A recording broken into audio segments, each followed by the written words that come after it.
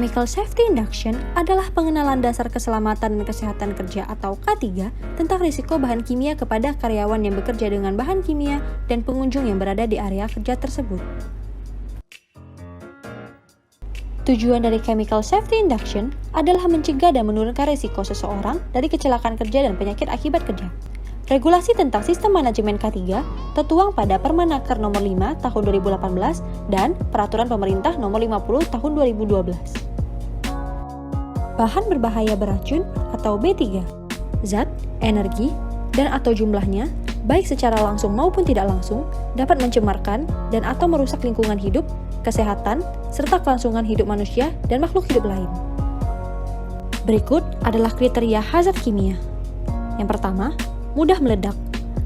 Bahan yang pada suhu dan tekanan standar dapat meledak dan menimbulkan kebakaran, sehingga merusak lingkungan di sekitarnya.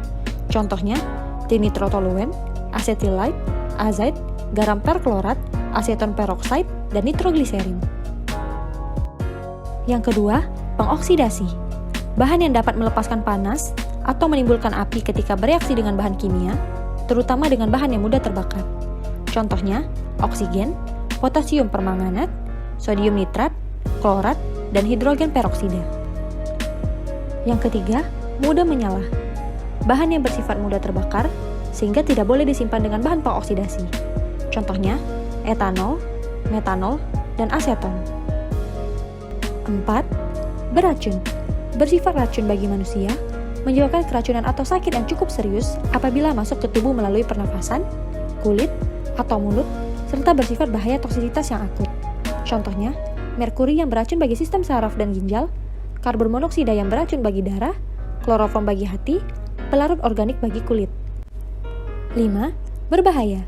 Bahan padatan, cairan ataupun gas yang jika terjadi kontak atau melalui inhalasi ataupun oral dapat menyebabkan bahaya terhadap kesehatan sampai tingkat tertentu. Contoh, peridin, amonia, dan bensil klorida. 6. Iritasi. Bahan padat atau cair yang jika berkontak secara langsung dan terus-menerus dengan kulit atau selaput lendir dapat menyebabkan peradangan. Contoh, asam fumarat dan aseton. 7. Korosif. Bahan korosif yang membahayakan kulit dan mata. Contohnya, natrium hidroksida dan amonia. 8. Berbahaya bagi lingkungan.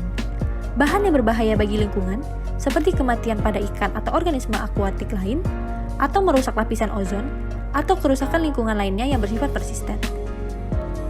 Contoh, klorofluorokarbon atau CFC merupakan hasil dari mesin pendingin, dan polyklorinat biphenyls atau PCB. 9. Karsinogenik, teratogenik, dan mutagenik. Bahan yang paparan jangka panjang, pendek, ataupun berulang dapat menyebabkan efek kesehatan, berupa kanker, gangguan pertumbuhan atau pembentukan embrio, perubahan genetika, toksisitas spesifik atau gangguan saluran pernafasan. Contoh, aflatoksin dan benzen. 10. Gas bertekanan. Bahan bertekanan tinggi dan dapat meledak apabila dipanaskan atau terkena panas, atau pecah dan isinya dapat menyebabkan kebakaran.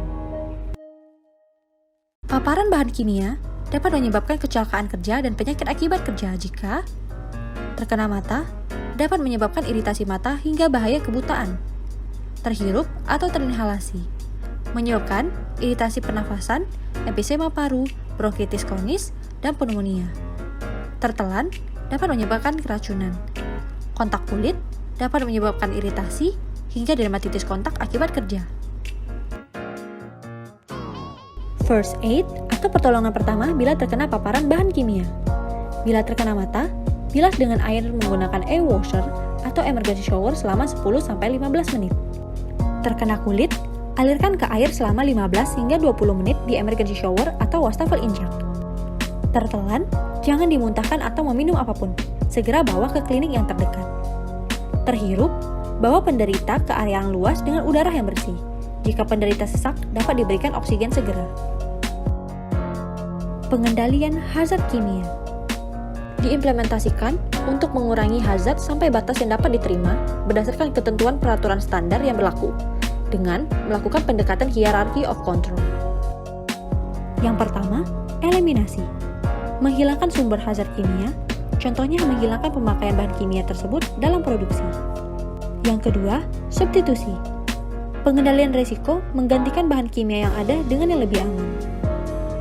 Yang ketiga, rekayasa engineering.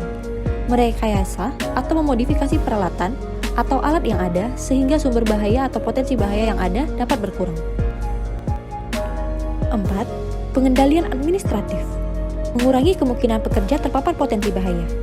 Metode ini sangat tergantung dari perilaku pekerja dan memerlukan pengawasan yang teratur untuk dipatuhinya.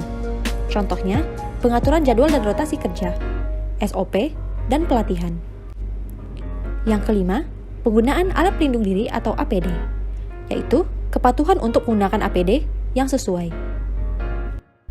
Sudahkah kamu menggunakan alat pelindung diri atau APD saat bekerja?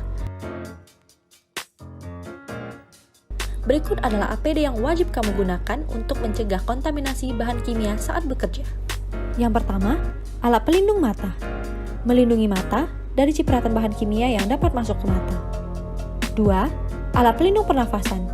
Menghindari terhirupnya bahan kimia melalui inhalasi partikel atau uap. 3. Alat pelindung tangan. Melindungi kulit tangan dari kontak bahan kimia saat bekerja. 4. Alat pelindung kaki. Melindungi kaki dari terkena bahan kimia berbahaya dan mencegah tergelincir. 5. Seragam kerja yang terdiri dari baju lengan panjang dan celana panjang untuk melindungi keseluruhan tubuh pekerja dari bahan kimia. Digunakan hanya saat bekerja dan tidak boleh dipakai hingga ke rumah, karena dikhawatirkan terjadi kontaminasi terhadap orang lain selama perjalanan menuju ke rumah. Apron melindungi tubuh bagian depan dari bahaya percikan bahan kimia yang cair saat bekerja. Dengan mengetahui safety induction sebelum bekerja, dapat meminimalisir angka kecelakaan kerja. Jadi, jangan abaikan safety induction demi keselamatan bersama ya.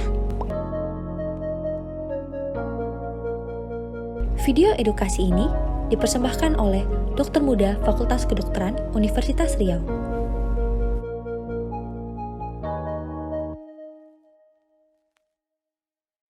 Terima kasih kepada pihak PT RAPP Pangkalan Kerinci atas kesempatan magang yang telah diberikan pada tanggal 15 hingga 27 Agustus 2022.